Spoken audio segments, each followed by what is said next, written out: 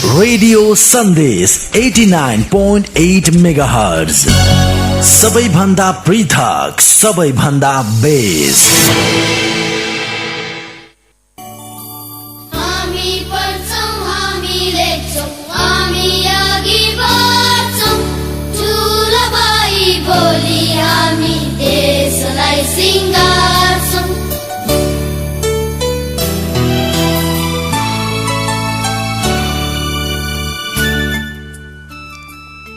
नमस्कार। रेडियो सन्देश 89.8 मेगाहर्जको तरङ्गबाट प्रसारण हुन गइरहेको सुनवल पाठशाला कार्यक्रमको प्रतीक्षामा रहनुभएका सम्पूर्ण श्रोता एवं विद्यार्थी भाइ बहिनीहरूमा म महाकवि देवकोटा नमुना माविमा अध्यापनरत नेपाली विषयको कक्षा 10 को सिकाइ सहजकर्ता ध्रुवराज घिमिरेको न्यानो अभिवादन स्वीकार्नुहोस्। श्रोताहरू, हाल विश्व कोभिड-19 को महामारीबाट आक्रान्त छ। यस सन्दर्भमा करिब 3 महिनादेखि हाम्रा विद्यार्थी भाइ बहिनीहरू घरमै बस्न बाध्य हुनुभएको छ। हामी सबैका दैनिकीहरू ठप्प प्राय हुन पुगेका छन्। यस अवस्थामा पनि बालबालिकाहरूमा केही मात्रामा भए पनि सिकाइमा सक्रियता रहोस् भन्ने हेतुले सुनवल नगरपालिका एवं रेडियो सन्देशको सहकार्यबाट रेडियो शिक्षण कार्यक्रम अगाडि सारिएको हो।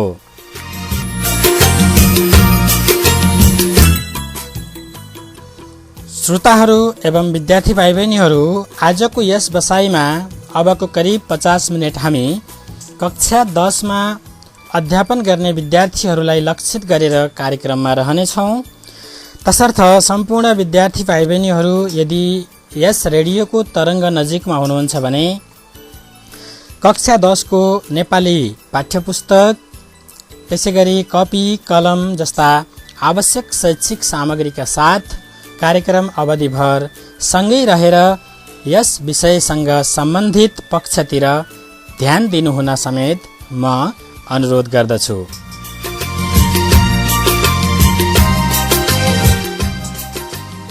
ल त भाइ बहिनीहरू, आजको हाम्रो विषयवस्तु पाठ 1 मा रहेको व्याकरण खण्ड रहेको छ। आज हामीले अध्ययन गर्ने विषयवस्तुमा धातुको बारेमा हामीले सबैभन्दा पहिला जानकारी लिनेछौँ भने त्यसैगरी समयले साथ दिएको खण्डमा शब्दवर्ग अन्तर्गतका निपात एवं विस्मयादिबोधक शब्दहरू पहिचान गर्ने एवं तिनीहरूलाई वाक्यमा प्रयोग गर्ने अभ्यास समेत गर्नेछौँ है त।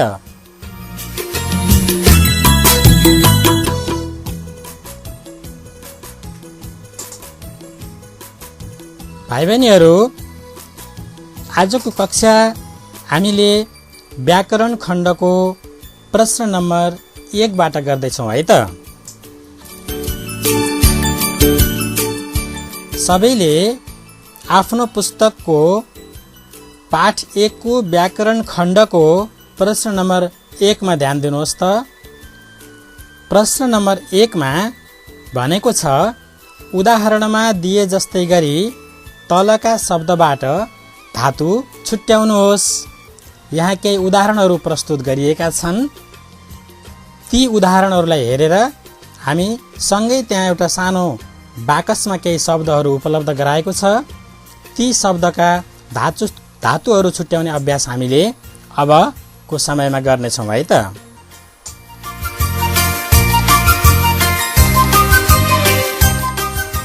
पक्कै पनि मैले भनेअनुसार हेरिसक्नु भएको छ होला। शब्दपट्टि हेर्नुहोस् त, गर्नु, बस्छ, लेख्नु, पढ्छिन् जस्ता शब्दहरू दिएको छ भने त्यहाँ उदाहरणमा यतापट्टिको कोलममा धातुतिर हेर्नुहोस् त, गर, गर्नुको धातु गर, बस्छको धातु बस, लेख्नुको धातु लेख र पढ्छिन् भन्ने शब्दको धातु चाहिँ के दिएको छ त, पढ दिएको छ। र ती धातुहरूमा सबैमा खुट्टा काटिएका छन्। हेक्का राख्नुपर्ने, ध्यान दिनुपर्ने कुरा के छ, ती धातुहरू जुन पहिलो लाइनमा तपाईहरुले देख्नुभयो तिनीहरुमा चाहिँ खुट्टा काटिएका छन्। त्यसैगरी शब्द खण्डमा हेर्नुस् त मोटाउ, थुप्रिन्छ र छोटिन्छ तीनवटा शब्द दिएको छ भने अगाडिपट्टि धातु खण्डमा अब तिनीहरुका धातु दिएको छ। अगाडिका ती तीनवटा शब्दका धातु के हुँदा रहेछन् त मोटाउ, थुप्री र छोटी। यिनीहरुमा किन खुट्टा काटिएनन् पक्कै पनि भाइ बहिनीहरुलाई जिज्ञासा लागिसकेको होला। म त्यसबारे स्पष्ट पार्ने छु। तर तल्लो लाइनका शब्दहरू पनि एकचोटि पढौं अनि मात्र त्यो जिज्ञासा मेटाउनतिर लागौँला है त।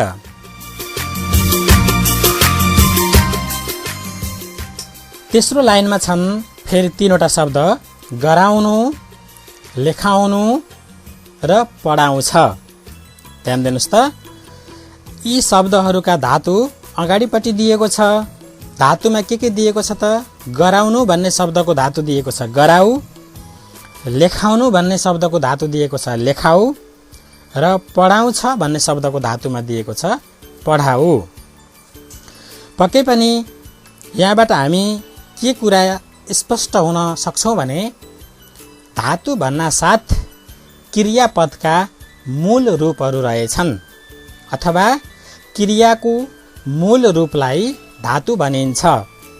स्मरण रहोस्, म पुनः दोहोर्याउँदै छु, क्रियापदको मूल रूपलाई धातु भनिन्छ। धातुहरू कतिपय खुट्टा काटिएको अवस्थामा हुँदा रहेछन्। त्यसलाई व्याकरणको भाषामा भन्ने हो भने हलन्त प्रयोग भनिन्छ। हलन्त प्रयोग भनिन्छ र कतिपय खुट्टा नकाटिएको अवस्थामा रहन्छन् तिनीहरूलाई चाहिँ अजन्त प्रयोग भनेर भनिन्छ। हामीले उदाहरणमा हेरेका गर, बस, हिँड, लेख र पढ जस्ता धातुहरू खुट्टा काटिएको अवस्थामा छन्। उच्चारणको सन्दर्भमा पनि हामीले तिनलाई छोटो उच्चारण गर्नुपर्छ भने मोटाउ, थुप्री, छोटी, गराउ, लेखाउ र पढाउ जस्ता धातुहरू उच्चारण पनि लामो गर्नुपर्छ र तिनीहरूमा खुट्टा काट्नु हुँदैन। अब अर्को तरिकाबाट म बुझाउँछु। जुन धातुको अन्तिममा क देखि ज्ञ सम्मका वर्णहरू प्रयोग हुन्छन् अन्तिममा है, जस्तै गरमा र प्रयोग भएको छ, बसमा स प्रयोग भएको छ, हिँडमा ड प्रयोग भएको छ, क देखि ज्ञ सम्मका जसलाई व्यञ्जन वर्ण भनेर पनि भन्ने गरिन्छ, ती व्यञ्जन वर्णहरू प्रयोग भएका धातुमा खुट्टा काटिन्छ। अब तलतिरपट्टिका धातुहरू हेर्नुस् त मोटाउ, थुप्री, छोटी, गराउ जस्ता धातुमा कसैमा उ प्रयोग भएको छ अन्तिममा भने कसैमा इ प्रयोग भएको छ। जस्तै मोटाउमा अन्तिममा उ सुनिन्छ, लेखिन्छ पनि। त्यसैगरी थुप्रीमा पी सुनिन्छ अन्तिममा, पी भनेको इ हो, पको इकार पी हुन्छ।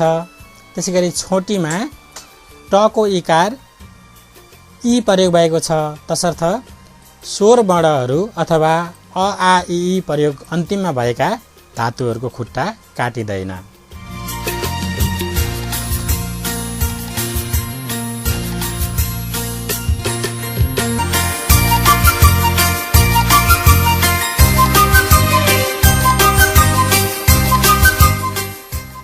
पक्कै पनि भाइ बहिनीहरूले अहिले मैले बताएको कुरालाई राम्रोसँग बुझ्नु भएको छ भन्ने आशा मैले लिएको छु।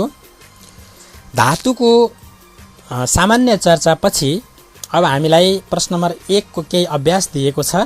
अब हामीले शब्दबाट धातु छुट्याउने अभ्यास गर्छौं है त।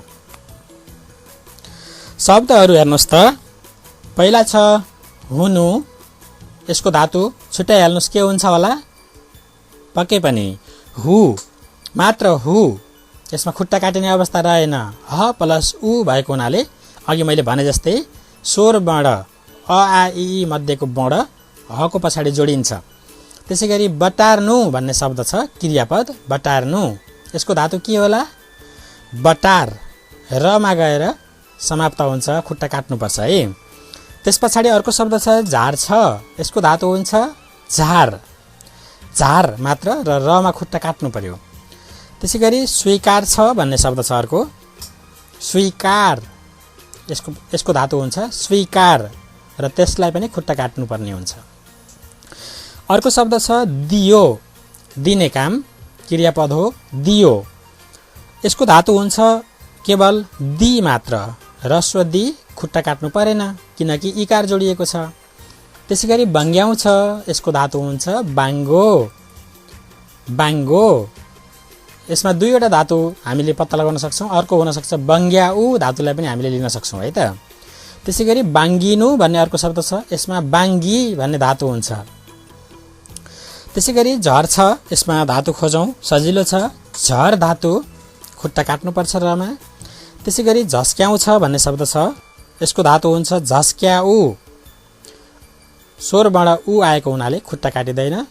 लगाउनु भन्ने शब्द छ, यसको धातु हुन्छ लगाउ।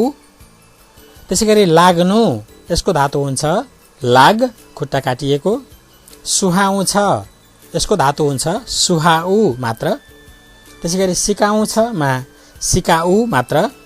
अनि खुवाउनु, खुवाउ मात्र, खुट्टा काटिँदैन। पठाउनु, पठाउ मात्र। त्यसपछि बसाउँछमा बसाउ। यसरी हामीले उदाहरणमा दिएका धातुलाई हेरेर अभ्यासमा दिएका शब्दहरूको धातु छुट्याउने काम गरेका छौँ।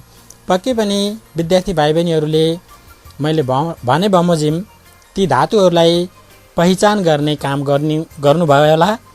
अब कक्षाको अन्त्यमा तपाईहरूले त्यो काम गर्नुहुनेछ। अब हामीहरू चाहिँ दोस्रो प्रश्नतिर जान्छौँ। धातुकै सन्दर्भमा अलिक गहिराइमा पुग्नुपर्ने हुन्छ हामी कक्षा 10 मा पढ्ने विद्यार्थीहरू। एकपटक म प्रश्न नम्बर 2 को प्रश्नलाई र त्यहाँ भएका सन्दर्भहरूलाई पढ्ने प्रयास गरेको छु। तपाईहरू पनि आफ्नो पाठ्यपुस्तकमा ध्यान दिनुस् है त।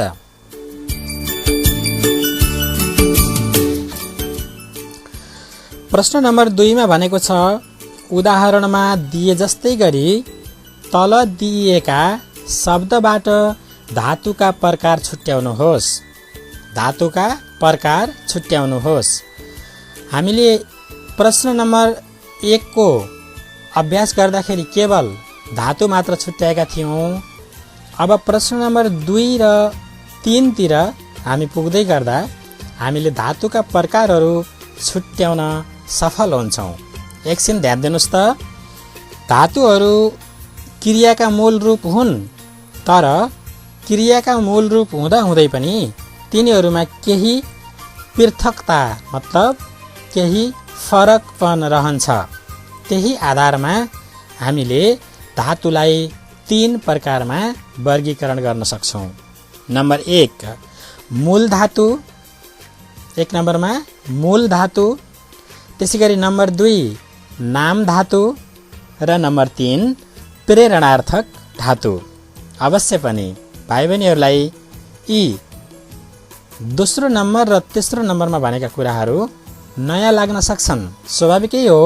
अबको समयमा म भाइ बहिनीहरूलाई यो बुझाउने प्रयासतिर लाग्छु है त।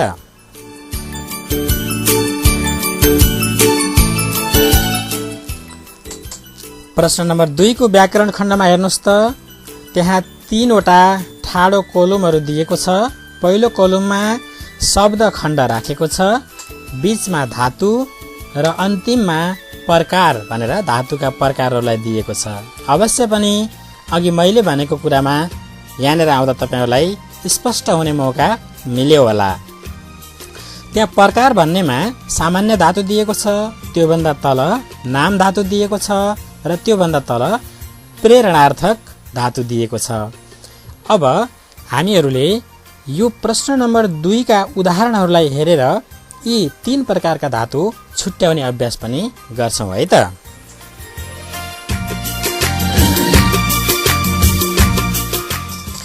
सबैभन्दा पहिला शब्दपट्टिमा त्यहाँ दिएका 4 वटा शब्द छन्। म तिनीहरूलाई उच्चारण गर्दैछु है त। सुन्छन् पहिलो शब्द छ, अनि छ सुत्नु, त्यसैगरी हेर्नु र देखिन्। यी 4 वटा शब्दका धातु के हुँदा रहेछन् त? अगाडिपट्टि हेर्नुहोस्, त्यहाँ दिएको छ सुन्छनको सुन, सुत्नुको सुत, हेर्नुको हेर, त्यसैगरी देखिनको देख।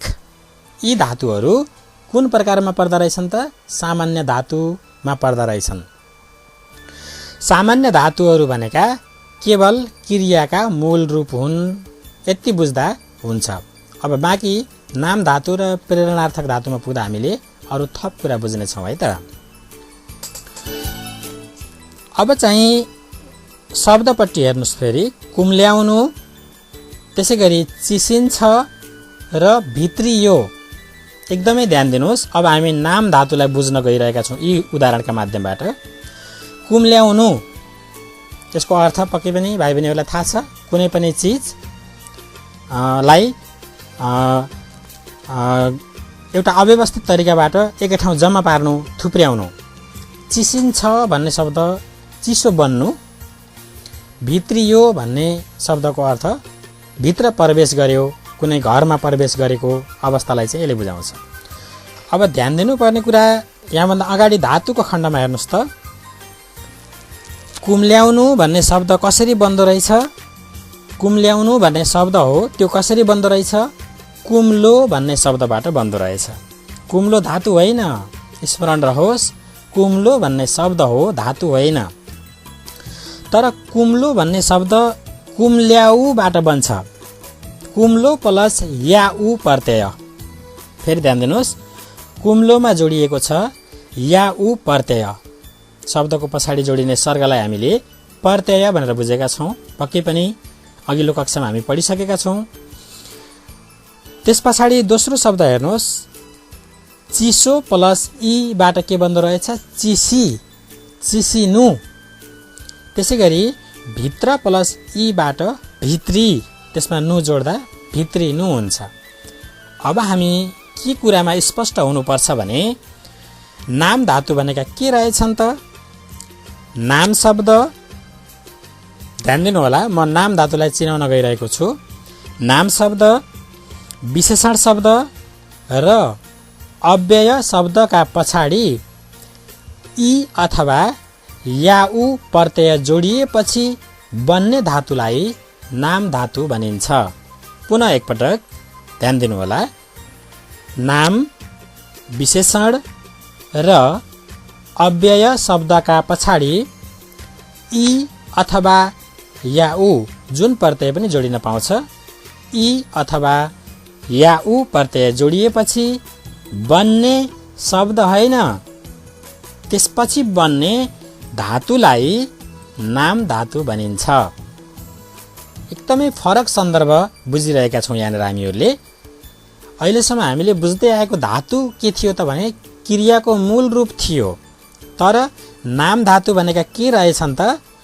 नाम शब्द, विशेषण शब्द वा अव्यय शब्दको पछाडि ई अथवा याउ प्रत्यय जोडिएपछि पुनः बन्ने धातुहरू चाहिँ नाम धातु रहेछन्।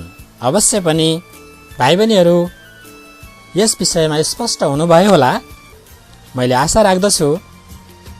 नाम शब्द, विशेषण शब्द र अव्यय शब्दको पछाडि प्रत्यय ई अथवा याउ जोडिएपछि बन्ने धातु जस्तै एकपटक म पुनः यसलाई पुनरावृत्ति गराउँछु। कुम्ल्याउनु मा कुम्ल्याउ, चिसिन्छ मा चिसी र भित्रियोमा भित्री। यी तीनवटा शब्द के त भन्दा नाम धातुका उदाहरणहरू हुन्। अब हामी प्रश्न नम्बर 2 को तेस्रो लाइनमा हेर्नुहोस् त। अब फेरि धातुको तेस्रो प्रकार जुन हामीले अघि भनेका थियौँ, प्रेरणार्थक धातु। प्रेरणार्थक धातुका केही उदाहरणहरू यहाँ प्रस्तुत गरिएको छ। त्यहाँ तीनवटा शब्दहरू छन्, सिकाउँछ, देखाउनु र बसायो। यी तीनवटा शब्दहरू कसरी बनेका छन् होला त? पक्कै पनि ती शब्द कसरी बनेका छन् भन्ने कुरा पत्ता लगाउनको निम्ति हामीले यहाँ धातुहरूलाई हेर्नुपर्ने हुन्छ। ध्यान दिनुहोला, धातु खण्डमा सिकाउ दिएको छ, सिकाउँछ भन्ने शब्द सिकाऊ भन्ने धातुबाट बन्छ। देखाउनु भन्ने शब्द देखाऊ धातुबाट बन्छ। त्यसैगरी बसायो भन्ने शब्द बसाऊ धातुबाट बन्छ। त्यसो भए यी तीनवटा धातुहरू कस्ता धातु हुन् त, यिनीहरू कसरी बनेका छन्, हामी त्यसको खोजी गर्छौं है त।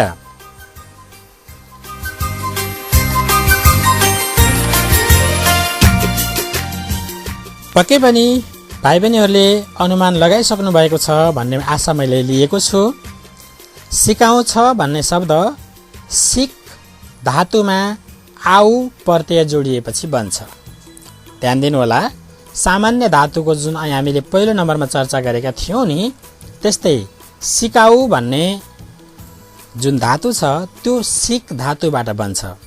देखाऊ भन्ने धातु हो, त्यो फेरि देख धातुबाट बन्छ। र बसाऊ भन्ने जुन प्रेरणार्थक धातु छ, यी तीनवटा धातु के धातुबाट बन्दा रहेछन् त? पहिलो सिक धातुबाट सिकाऊ, देख धातुबाट देखाऊ र बस धातुबाट बसाऊ। यसरी यी धातुहरू निर्माण भएका रहेछन्। पक्कै पनि भाइ बहिनीहरूले अनुमान लगाइसक्नु भएको छ प्रत्येक धातुमा के प्रत्यय जोडिएको छ। एकचोटि ध्यान दिनुस् त, सिकाउमा पनि आऊ, देखाउमा पनि आऊ र बसाउमा पनि आऊ। त्यसो भए हामीले परिभाषा याद गर्नु परेन। प्रेरणार्थक धातुको परिभाषा हामीले पक्कै पनि बुझिसक्नु पर्ने हो।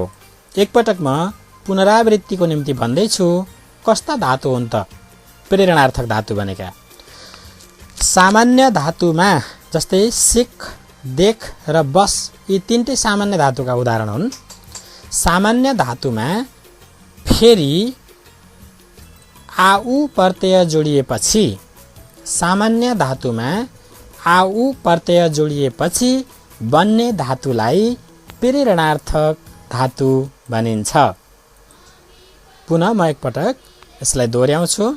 सामान्य धातुको पछाडि के प्रत्यय? आउ प्रत्यय जोडिएपछि बन्ने धातुलाई के त भन्दा प्रेरणार्थक धातु भनेर भनिन्छ। अब विद्यार्थी भाइ बहिनीहरूलाई एकदमै जिज्ञासा लाग्न सक्छ यहाँनेर, यी धातुहरू हामीले कहाँ प्रयोग गर्छौं? यी धातुहरूको व्यावहारिक प्रयोग, भाषिक प्रयोग कहाँ हुन्छ होला? पक्कै पनि यो कुतूहलता विद्यार्थीहरूमा भएको हुन सक्छ, स्वाभाविकै हो। हामीले कक्षा 10 मा पढ्ने व्याकरणका विविध खण्डहरूमा, जस्तै प्रश्न नम्बर 8 मा सोध्ने प्रेरणार्थक वाक्यान्तरण भन्ने 1 पूर्णाङ्कको प्रश्न हामीलाई सोध्छ। त्यो प्रश्न हामीले सहज तरिकाले बुझेर गर्नको निम्ति प्रेरणार्थक धातु हामीले जानेको हुनुपर्छ, हामीले बुझेको हुनुपर्छ। अब हामी लाग्छौं प्रश्न नम्बर 2 को अभ्यासतिर। तपाईहरु के कति कुरा बुझ्नुभयो वा बुझ्नु भएन भन्ने कुराको अभ्यास हामी भर्खर गर्छौं है त। सबैजनाले ध्यान दिनु होला। प्रश्न नम्बर 2 को अभ्यास खण्डमा रहेका शब्दहरू, ती शब्दहरूलाई पढिसकेपछि हामीले धातु छुट्याउँछौं र धातुका प्रकार समेत छुट्याउँछौं है त। सबैजनाले ध्यान दिनु होला। त्यहाँ शब्दहरू दिएको छ, म पढेर सुनाउँदै छु। रहनु, त्यसैगरी मुन्टिनु, त्यसैगरी पहेलिनु, बरबराउनु, पछ्याउनु, सुनाउनु, कस्नु, कसाउनु, अनि बटार्नु, धिक्कार छ, लियो, हकार्नु, गर्नु, तोड्छ, हिँडाउनु अनि गराउनु।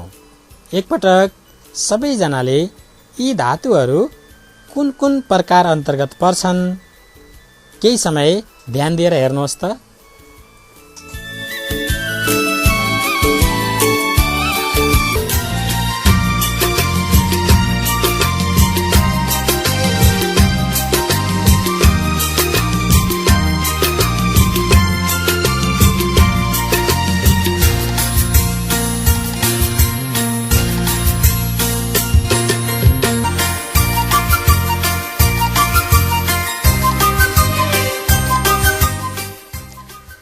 पक्कै पनि विद्यार्थी भाइ बहिनीहरूले यी धातुका प्रकारहरू छुट्याइसक्नुभयो होला। अब म एकचोटि कुन कुन धातुहरू कुन कुन प्रकारमा पर्छन् यसको बारेमा संक्षेपमा बताउँदैछु है त। सबैभन्दा पहिला म सामान्य धातुहरू छुट्याउँदैछु। रहनुमा प्रयोग भएको धातु रह सामान्य धातु हो। कस्नु भन्ने शब्द छ, त्यसमा रहेको कस धातु सामान्य धातु हो। बटार्नु शब्दमा रहेको बटार शब्द सामान्य धातु हो। धिक्कार छ शब्दमा रहेको धिक्कार शब्द, धिक्कार छ भन्ने शब्दमा रहेको धिक्कार भन्ने धातु सामान्य धातु हो।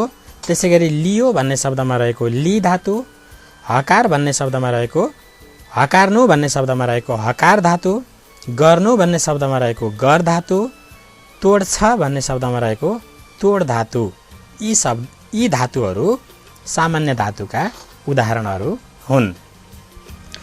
अब यसैमा छन् फेरि नाम धातुहरू। कुन कुन होलान् त नाम धातु? पक्कै पनि भाइ बहिनीहरूले अनुमान लगाइसक्नु भएको छ। मुन्टिनु भन्ने शब्दलाई हेर्नुहोस् त, अघि मैले बताएको कुरा स्मरण पक्कै पनि गर्नुभएको छ। मुन्टिनु, यसमा मूल शब्द के छ त मुन्टी, मुन्टी मूल शब्द छ। त्यसपछि गएर पहेलिनु, यो चाहिँ विशेषण हो, पहेलो विशेषणबाट बनेको छ। पहेलिनुमा रहेको पहेली भन्ने धातु चाहिँ नाम धातु हो। त्यसै गरी बर्बराउनु भन्ने शब्द छ नि, यसमा रहेको बर्बराउ यो चाहिँ अव्यय शब्द हो। त्यसै गरी पछ्याउनुमा रहेको पछि प्लस याउबाट पछ्याउ बन्छ, यो पनि नाम धातुको प्रकारमा पर्ने भयो। यी चारवटा धातुहरू चाहिँ नाम धातुका उदाहरणहरू रहेका छन् भाइ बहिनीहरू। त्यसै गरी अब चाहिँ प्रेरणार्थक धातुमा कुन कुन रहे त? बाँकी रहेका सुनाउनु, सुन प्लस आउ, અહીં हामीले भनेका छौँ सामान्य धातुमा आउ प्रत्यय जोडिएपछि के बन्छ त भन्दाखेरि प्रेरणार्थक धातु बन्छ। त्यसै गरी कसाउनु, कस प्लस आउ। त्यसै गरी हिँडाउनु, हिँड प्लस आउ। त्यसै गरी गराउनु, गर प्लस आउ। पक्कै पनि भाइ बहिनीहरू स्पष्ट हुनुभएको छ। सामान्य धातुमा आउ प्रत्यय जोडिएपछि फेरि त्यो धातु बन्छ भने त्यसलाई हामीले प्रेरणार्थक धातु भनेर भन्नुपर्ने हुन्छ है त। अब प्रश्न नम्बर 2बाट हामी प्रश्न नम्बर 3 तिर लाग्दैछौँ। प्रश्न नम्बर 3मा धातुसँग सम्बन्धित कुरा नै छ। रेखाङ्कित क्रियापदबाट धातु छुट्याएर तिनका प्रकार लेख्नुहोस्। यो अभ्यासमा हामीले के गर्नु छ? क्रियापदबाट धातु पनि छुट्याउनु पर्नेछ र त्यो सामान्य धातु हो, नाम धातु हो वा प्रेरणार्थक धातु कुन धातुमा पर्छ त यो समेत हामीले छुट्याउनु पर्ने हुन्छ है त। एकछिन ती रेखाङ्कित शब्दहरूलाई हेर्नुहोस् त।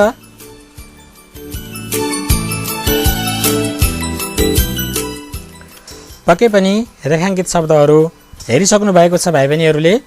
सबभन्दा पहिला छ पर्छ, पहिलो क्रियापद दिएको छ पर्छ।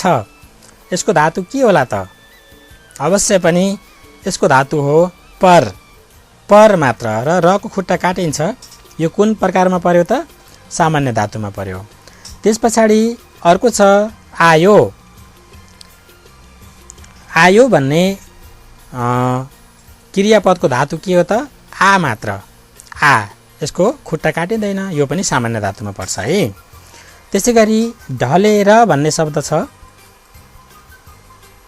त्योभन्दा अगाडि गएका छन् भन्ने पनि छ, यसमा पनि सामान्य धातु हो, जा, धातु जा हो।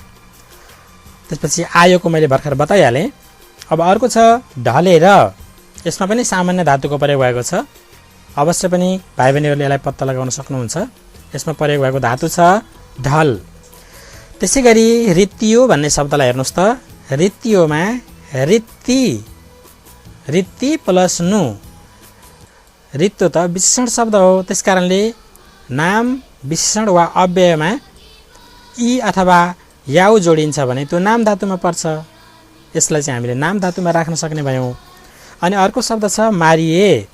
यसमा रहेको धातु हो मार, धातु मार हो र यसको प्रकार चाहिँ के हो त भन्दाखेरि सामान्य धातु अन्तर्गतको हो। त्यसै गरी बाक्लिए भन्ने शब्द छ अर्को। रेखाङ्कन गरेको शब्द हेर्नुहोस् त, बाक्लिए।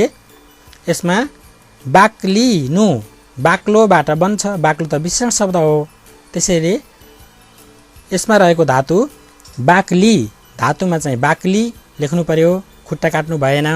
र यो कुन धातुमा पर्यो त भन्दा नाम धातुमा पर्यो। अर्को छ पसे भन्ने क्रियापद, यसको धातु हुन्छ पस, खुट्टा काट्नुपर्छ सको, यो चाहिँ सामान्य धातुमा पर्छ है त। र अर्को छ पठाइयो भन्ने शब्द, क्रियापद पठाइयो छ, यसमा खास धातु चाहिँ के हुन सक्छ त भन्दा यो चाहिँ प्रेरणार्थक धातुको प्रकार अन्तर्गत पर्छ। पठाउ, पठ प्लस आउ, सामान्य धातु पठमा आउ जोडिएको हुनाले यो चाहिँ प्रेरणार्थक धातु अन्तर्गत पर्छ भने त्यसभन्दा पछाडि छ आए भन्ने शब्द, यसमा रहेको धातु चाहिँ आ रहेको छ जुन सामान्य धातुमा पर्छ भने अन्तिममा रहेको छ पर्छ, यसमा पनि पर धातु छ, त्यो पनि सामान्य धातु अन्तर्गत नै पर्छ। पक्कै पनि भाइ बहिनीहरूले प्रश्न नम्बर 3 मा रहेका क्रियापदबाट धातु छुट्याउने र ती धातुका प्रकारहरू छुट्याउने अभ्यास पनि यो छलफल सुनिसकेपछि छुट्याउनको निम्ति केही सहायता पुग्नेछ भन्ने आशा मैले लिएको छु। अब हामी प्रश्न नम्बर 4 तिर जाँदैछौँ। प्रश्न नम्बर 4 मा म तपाईहरूलाई केही काम दिँदैछु, नमुना म बताएर जान्छु। उदाहरण एकपटक प्रश्न नम्बर 4 लाई हेर्नुहोस् त।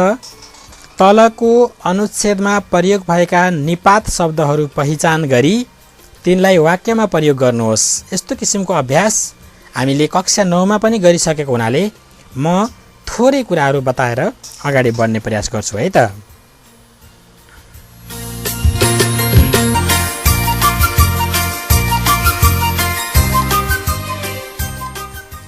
यहाँ रेखाङ्कन गरेको छैन, कुनै पनि शब्दमा रेखाङ्कन नगरेको हुनाले सबैभन्दा पहिला त हामीले निपात शब्दलाई छुट्याउनु पर्ने भयो। प्रश्न नम्बर 1, 2 र 3 मा हामीले अध्ययन गरेका, हामीले छलफल गरेका कुराभन्दा प्रश्न नम्बर 4 मा हामीले फरक कुराहरूलाई बुझ्न जाँदैछौँ। पक्कै पनि विद्यार्थी भाइ बहिनीहरूलाई शब्दवर्गको बारेमा ज्ञान छँदैछ होला। हामीले कक्षा 8 र कक्षा 9 मा शब्दवर्गको बारेमा अध्ययन गरिसकेका छौँ।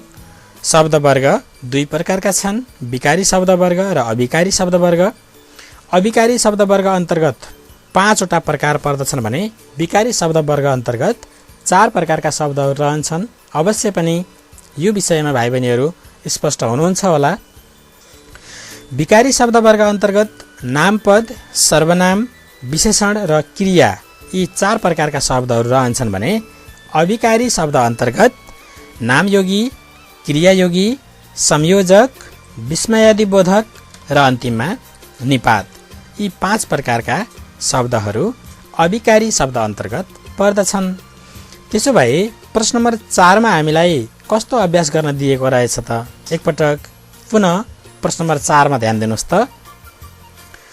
तलको अनुच्छेदमा प्रयोग भएका निपात शब्दहरू पहिचान गरी तिनलाई वाक्यमा प्रयोग गर्नुहोस् भनेको छ। अब निपात शब्दहरू पहिचान गर्नुपर्ने भयो। निपात भन्दा बित्तिकै के हुन् त, कस्ता शब्दलाई निपात भन्नुपर्छ त भनेदेखि वाक्यमा प्रयोग भएर आफ्नो छुट्टै अर्थ नराख्ने तर वाक्यमा प्रयोग भएर वाक्यको अर्थलाई रसिलो र प्रभावकारी बनाउनको निम्ति प्रयोग हुने अव्यय शब्दलाई विस्मयादिबोधक भनिन्छ। माफ गर्नुहोला, निपात शब्द भनिन्छ। अब यहाँ हामीलाई दिएका निपातहरू के छन् त म भन्दैछु, आफूले त्यहाँ तपाईहरूले प्रश्न नम्बर 4 को अनुच्छेदमा ध्यान दिनुहोस् है त। त्यहाँ दिएको छ आ भन्ने शब्द सबभन्दा सुरुमा, त्यसपछि चाहिँ, नत्र, अगाडि हेर्दै जानुहोस् है अनुच्छेदमा, त्यसै गरी पो, त्यसै गरी क्यारे अनि नि, चाहिने क्यारे, अनि अर्को शब्द छ नै। प्रश्न नम्बर 4 को यो छोटो अनुच्छेदमा रहेका आ, चाहिँ, नत्र, पो, क्यारे, नि र नै जस्ता शब्दहरू कुन शब्दवर्ग अन्तर्गत पर्दछन् त? अनुमान लगाउनुहोस्। यिनीहरू निपात अन्तर्गत पर्दछन्। यिनीहरू निपात अविकारी वा अव्यय शब्द हुन्। अविकारी शब्द र अव्यय भनेको एउटै कुरा हो। अब म तपाईहरूलाई यो सम्पूर्ण काम दिँदैछु। वाक्यमा प्रयोग गर्ने काम चाहिँ तपाईहरूले गर्नुहुनेछ। एउटा अभ्यासको निम्ति, उदाहरणको निम्ति म बताउँदैछु। म कुनको बताउँ त भने ल क्यारे भन्ने शब्दको चाहिँ म वाक्य बनाएर तपाईहरूलाई सुनाउँछु है त। भाइ त बजार गयो क्यारे, यस्तो वाक्य बनाउन सक्छौँ। क्यारे भन्ने निपातलाई हामीले वाक्यको अन्तिममा प्रयोग गर्नुपर्ने हुन्छ। प्राय वाक्यको अन्तिममा यो निपातलाई प्रयोग गर्दा राम्रो हुन्छ। र कुनै पनि वाक्यको अन्तिममा हामीले क्यारेलाई, यो निपातलाई प्रयोग गर्यौँ भने अनिश्चित किसिमको अर्थ निस्कन्छ। म अर्को एउटा उदाहरण प्रस्तुत गर्दैछु। रामले त कथा लेख्यो, निश्चित अर्थ छ, भूतकाल छ। अब अन्तिममा क्यारे जोड्दा बित्तिकै त्यो निपातले लेखेको हो अथवा लेखेको होइन निश्चित अर्थ प्रदान गर्दैन। पक्कै पनि यहाँ रहेका 8वटा निपातहरूलाई एकवटा वाक्यमा प्रयोग गरेर छुट्टा छुट्टै वाक्य बनाउने काम तपाईहरूले गर्नुहोस् है त। त्यसै गरी अब हामी प्रश्न नम्बर 5 को अभ्यासतिर हेर्दैछौँ। अघि हामीले भनिसकेका छौँ अविकारी शब्द वर्ग अन्तर्गत चाहिँ के पर्दछन् त भन्दाखेरि नामयोगी, क्रियायोगी, संयोजक, विस्मयादिबोधक र निपात पर्दछन्। प्रश्न नम्बर 5 मा विस्मयादिबोधक शब्दहरूलाई छुट्याउने काम तपाईहरूले गर्नुहोस् र तिनलाई वाक्यमा प्रयोग गर्नुहोस्। त्यसै गरी प्रश्न नम्बर 6 मा निपातहरू त्यहाँ दिएको छ, तोकेर 9वटा निपातहरू दिएको छ। हेर्नुहोस् त, पो, त, पनि, रे, र, कि, ल, लौ अनि क्यारे। यी 9वटा निपातहरूलाई प्रयोग गरेर एउटा कुनै घटनाको वर्णन गर्नुहोस् भनेर तपाईलाई दिएको छ। एउटा अनुच्छेद लेख्नुहोस् जसमा एउटा आफूले जानेको कुनै एउटा घटना वर्णन गर्दै यी 9वटा निपातलाई हामीले त्यस अनुच्छेदभित्र प्रयोग गर्नुपर्ने हुन्छ। त्यसै गरी प्रश्न नम्बर 7 मा विस्मयादिबोधक शब्दहरू दिएको छ। तिनीहरूबाट पनि एकवटा वाक्य बनाउनको निम्ति हामीलाई काम दिएको छ। त्यो पनि पक्कै तपाईहरूले गर्न सक्नुहुन्छ। म तिनीहरूलाई एकचोटि पढेर सुनाउँदैछु। आत्था, स्याबास, ओहो, राम राम, क्या बात, आम्मै, ज्या, कठै र धिक्कार। यहाँ पनि 9वटा विस्मयादिबोधक शब्दहरू दिएको छ। ती सबै छुट्टा छुट्टै विस्मयादिबोधक शब्दहरूलाई प्रयोग गरेर हामीले 9वटा छुट्टा छुट्टै वाक्य बनाउनु पर्ने काम आएको छ है त। म एउटा नमुनाको निम्ति तपाईहरूलाई वाक्य प्रयोग गरेर, एउटा विस्मयादिबोधकको प्रयोग गरेर वाक्य निर्माण गरिदिन्छु। अरू बाँकी तपाईहरूले त्यही अनुसार गर्दै गर्नुहोला है त। म यसमध्येको ज्या अलि अप्ठ्यारो लाग्ने विद्यार्थीहरूलाई यो ज्या चाहिँ कस्तो ठाउँमा प्रयोग हुन्छ, यसलाई यो विस्मयादिबोधकको प्रयोग गरेर कस्तो वाक्य बनाउने होला भन्ने जिज्ञासा रहन सक्छ। यसलाई म बताउँदैछु। यो चाहिँ कुनै पनि कुरा बिर्सिएको अवस्थामा, स्मरण नभएको अवस्थामा, बिर्सिएको वा भुलेको अवस्थामा हामीले वाक्यको अगाडि यसलाई प्रयोग गर्न सक्छौँ है त। जस्तै ज्या, म त गृह कार्य गर्न बिर्सिएछु नि, यस्तो ठाउँमा प्रयोग गर्न सक्नुहुन्छ। ज्या, म त गृह कार्य गर्न बिर्सिएछु नि, त्यहाँ पूर्णविराम दिनु पर्यो। र विस्मयादिबोधक शब्दलाई प्रयोग गर्दा विस्मयादिबोधक शब्द प्रयोग गरेपछि लगत्तै विस्मय सूचक चिन्ह पनि प्रयोग गर्नु पर्यो। त्यो भनेको पूर्णविराम दिएर तलपट्टि बिन्दु लगाएको चिन्ह हुन्छ नि, हो, त्यसलाई विस्मयादिबोधक शब्द भनेर भनिन्छ।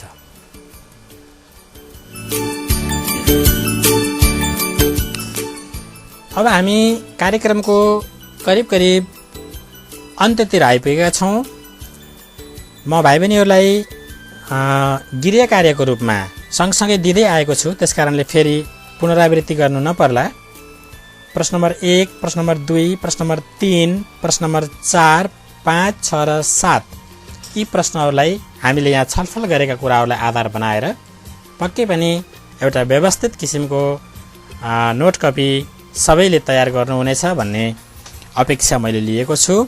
कार्यक्रमको प्रारम्भदेखि सँगै रहेर साथ दिनुभएकोमा सम्पूर्ण श्रोताहरू एवं प्यारा प्यारा विद्यार्थी भाइ बहिनीहरूलाई हृदयदेखि नै धन्यवाद दिन्छु। यसै गरी यो रेडियो कक्षा हाम्रो निम्ति नितान्त नौलो अभ्यास भएको हुनाले हामीले सुधार गर्नुपर्ने केही पक्षहरू छन् भने अवश्य पनि मेरो आफ्नो व्यक्तिगत नम्बरमा सम्पर्क गरेर मलाई सुधार गर्ने मौका अवश्य पनि दिनुहुनेछ।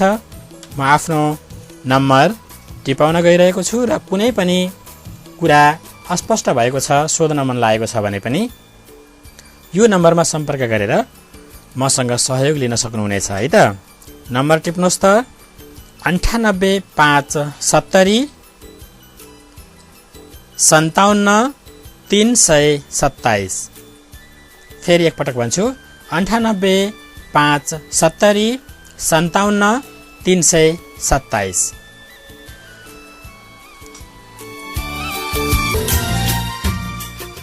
अर्को कक्षामा पाठ 2 को नवीन विषयवस्तु लिएर उपस्थित हुने नै छु। तबसम्मको निम्ति बिदा दिनुहोस्। नमस्कार।